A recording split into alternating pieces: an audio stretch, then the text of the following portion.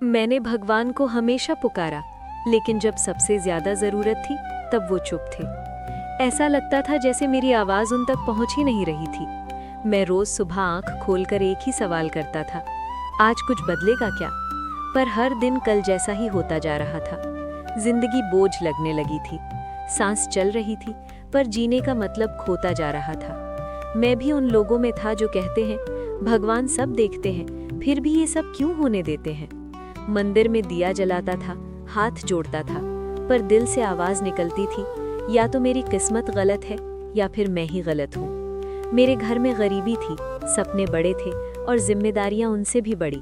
माँ की थकी हुई आंखें, बाप के हाथों के छाले और मेरी बेबस खामोशी, सब कुछ धीरे धीरे मुझे तोड़ रहा था। एक दिन जब सब कुछ हद से ज्यादा हो गया, मैं मंदिर के कोने में बैठकर बिना बोले रो दिया।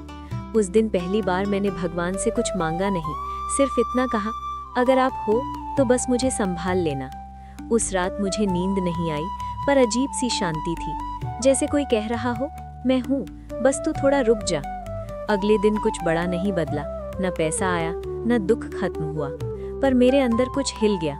जरूरी नहीं था कि भगवान तुरंत जिंदगी बदल दे, शायद वो पहले इंसान को बदलते हैं। और मुझे पहली बार समझ आया, जब भगवान चुप लगते हैं तब वो हमें सुन रहे होते हैं, पर बोलते तब हैं जब हम सुनने के लायक हो जाते हैं। मैं धीरे धीरे बदलने लगा, पर बाहर की दुनिया वैसी ही थी। लोग अपनी बातों से तोड़ते रहे, हालात अपना बोझ डालते रहे, और मैं हर रात भगवान से एक ही बात कहता रहा, बस मुझे हिम्मत देना, क्योंकि अब मैंने मांगना छोड़ दिया था।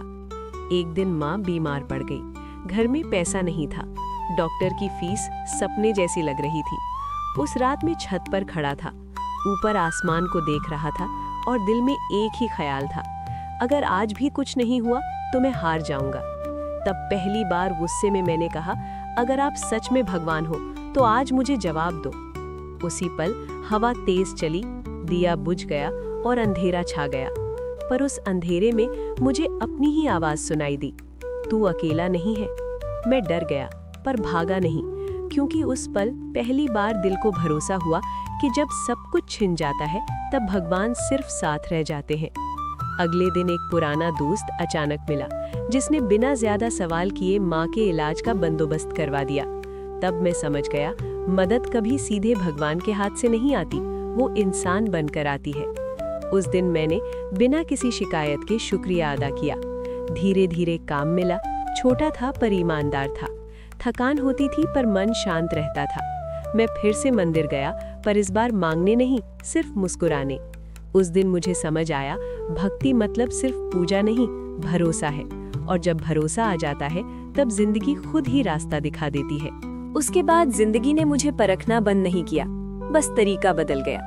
अब दुख आते थे पर मुझे तोड़ते नहीं थे, क्योंकि मैंने सीख लिया था, हर अंधेरी रात के पीछे सुबह खड़ी होती है। मैं गिरता था, खुद को संभालता था और फिर चल पड़ता था।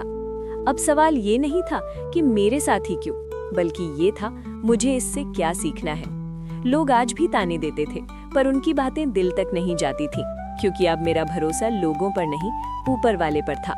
मैंने समझ लिया था कि देर होना ना कहना नहीं होता और चुप्पी इनकार नहीं होती। कई बार भगवान हमारी जिद नहीं, हमारी तैयारी देखते हैं। आज जब पीछे मुड़कर देखता हूँ तो वो टूटे हुए दिन सबसे ज्यादा कीमती लगते हैं। अगर वो दर्द ना होता तो ये सुकून भी ना मिलता। अब मैं भगवान से कुछ मांगता नहीं, बस इतना कहता हूँ, जो भी दो मुझे काबिल बना देना उसे संभालने के लिए।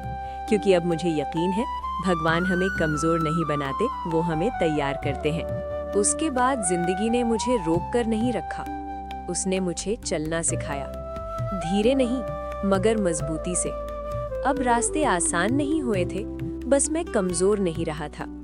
हर सुबह अब पहले जैसी नहीं होती थी।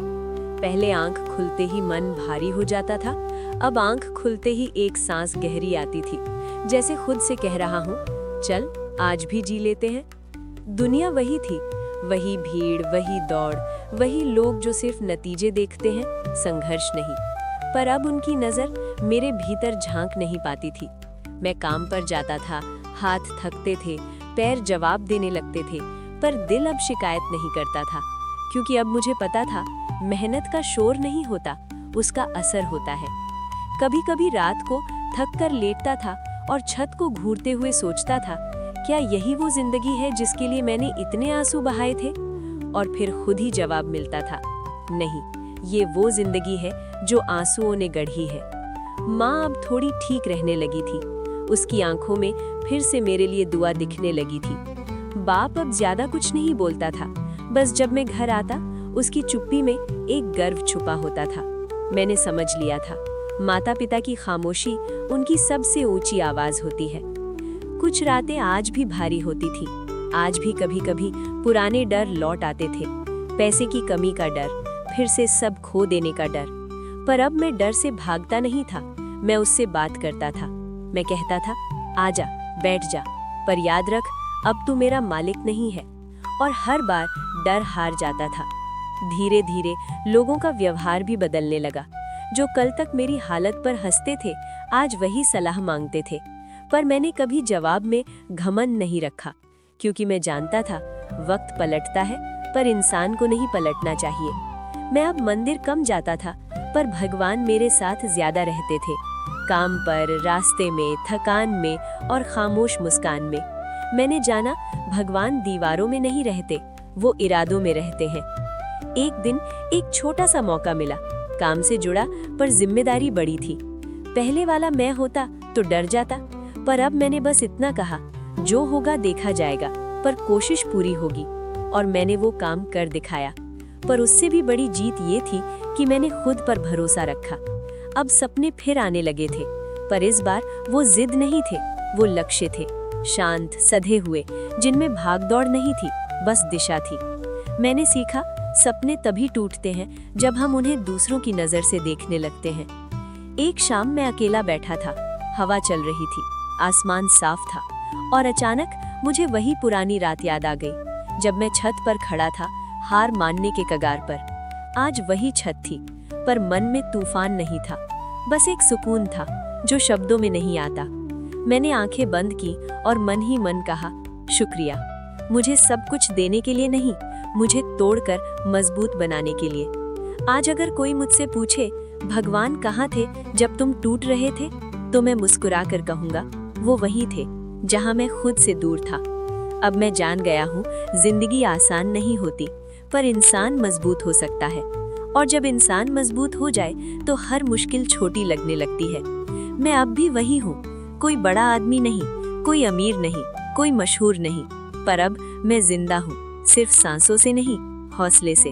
और शायद यही भगवान का जवाब था।